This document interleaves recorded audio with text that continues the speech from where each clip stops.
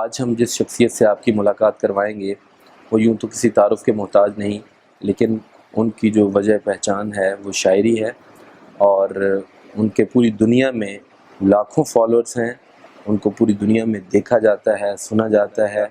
آئیے آپ کی ملاقات کرواتے ہیں حضرت علی زریون سے۔ سر کیسے کیا حال ہے یوشا؟ ٹھیک ٹھاک، بالکل ٹھیک، فرسٹ کلاس۔ تو اس طرف یہ کس طرح آپ شاعری کی طرف آ؟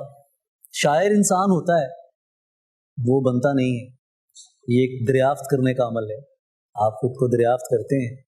تو مجھے 21 سال پہلے یہ معلوم ہوا کہ میں شاعر ہوں۔ شاعری کا جو بنیادی تعلق ہے وہ شعور سے ہے۔ اچھا، شاعر میتھمیٹکس کو بھی جانتا ہوتا ہے کیونکہ وہ بحور میں شعر کہتا ہے۔ میرے نزدیک شاعری جو ہے وہ شعور کا درجہ رکھتی ہے۔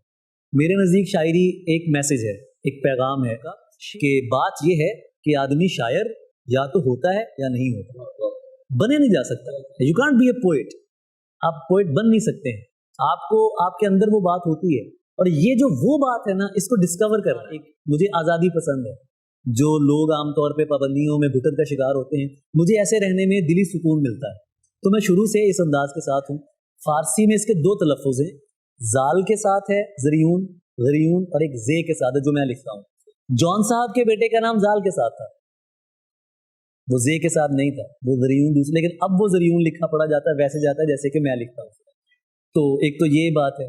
پھر شروع میں لوگوں کو لگا کہ یہ شاید وہی زریون ہے۔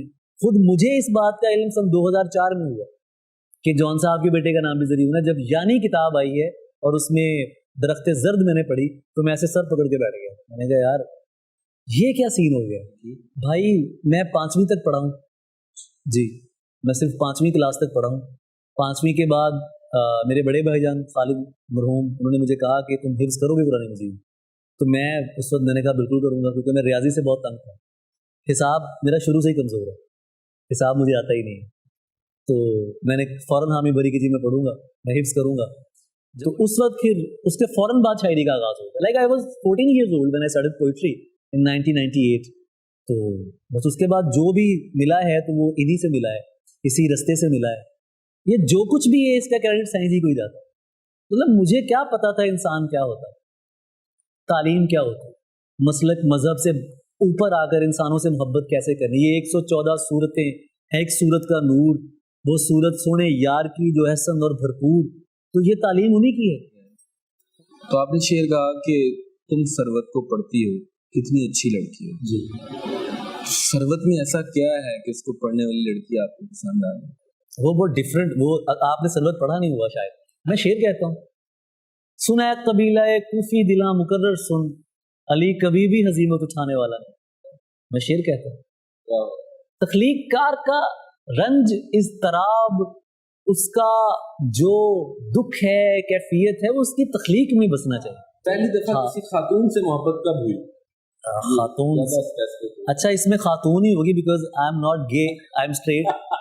تو یہ تو آپ کو خاتون کا لفظ آپ نے لفظ ادا کیا ہے تو میں اس کی تصحیح کر دوں کہ بھائی آئی ایم اسٹریٹ تو خاتون ہی ہوگی، باقی پیارے تو سبھی لوگ لگتے ہیں۔ یار میں اس وقت نرسری میں تھا۔ یہ ایک عجیب بات ہے۔ ناظرین سنا آپ نے، یہ نرسری میں تھے جب ان کو پہلی جو کرش کہتے ہیں آپ اس میں، اما جلال تھی۔ ہم اپنے محلے میں زہرا خاتون کے نام، بیٹوں کے نام سے جانے جاتے ہیں۔ میں آپ کو لکھ کے دینے کے لیے تیار، کسی بچے کو اس کی ماں نے رب کا تصور دیا ہوگا تو وہ کبھی متشدد نہیں ہو سکتا، وہ ہو ہی نہیں سکتا۔ بدلہ لینے والا تصور، انتقام لینے والا تصور، تہس نہس کر دینے والا تصور، معاف کر دینے والا تصور ہمارے پاس نہیں، رحم کر دینے والا تصور نہیں۔ یہ سارے تصورات ماں کی ہستی سے جڑے ہیں۔ ماں، بچے،